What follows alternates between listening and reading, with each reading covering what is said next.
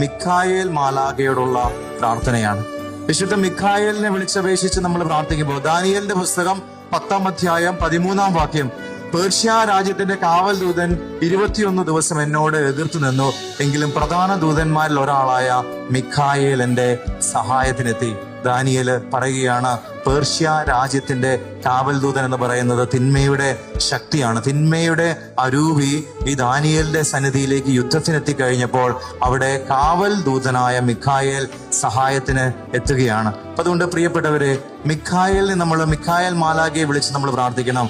വിശുദ്ധ ഗ്രിഗറി പറയുകയാണ്, വലിയ ആത്മീയ പോരാട്ടങ്ങൾ ഉണ്ടാകുമ്പോൾ മിഖായേൽ പ്രധാന ദൂതൻ ദൈവത്തിന്റെ ശക്തിയുടെ അടയാളമായി പ്രത്യക്ഷപ്പെടുന്നു.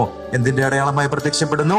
ദൈവത്തിന്റെ ശക്തിയുടെ അടയാളമായി പ്രത്യക്ഷപ്പെടുന്നു. അപ്പൊ സാധാരണ കുടുംബ പ്രാർത്ഥനകളൊക്കെ കഴിഞ്ഞ് വിശുദ്ധ മിഖായേലിനോടുള്ള പ്രാർത്ഥനകൾ നമ്മൾ ചൊല്ലി പ്രാർത്ഥിക്കുമ്പോൾ അന്ധകാര ശക്തികൾ നമ്മളെ വിട്ടുപോകും, തിന്മയുടെ ശക്തികൾ നമ്മുടെ കുടുംബത്തെ വിട്ടുപോകും. അതുകൊണ്ട് മിഖായേൽ ദൈവത്തിന്റെ തന്നെ ശക്തിയുടെ അടയാളമാണ്.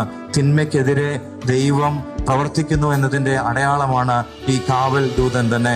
അപ്പോൾ പ്രധാന ദൂതനായ മിഖായേലിന്റെ ശക്തി, അത് മിഖായേലിന്റെ ശക്തിയല്ല, ദൈവത്തിൽ നിന്ന് ലഭിച്ച അധികാരത്തിന്റെയും അതുപോലെ ദൗത്യത്തിന്റെയും ശക്തിയാണ്.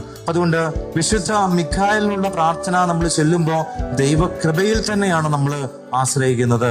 ദൈവകൃപയിൽ ആശ്രയിക്കുന്ന വ്യക്തികൾ എപ്പോഴും സംരക്ഷിക്കപ്പെട്ടുകൊണ്ടിരിക്കും. അതുകൊണ്ട് വിശുദ്ധ മിഖായേലിനോട് പ്രാർത്ഥന നമ്മൾ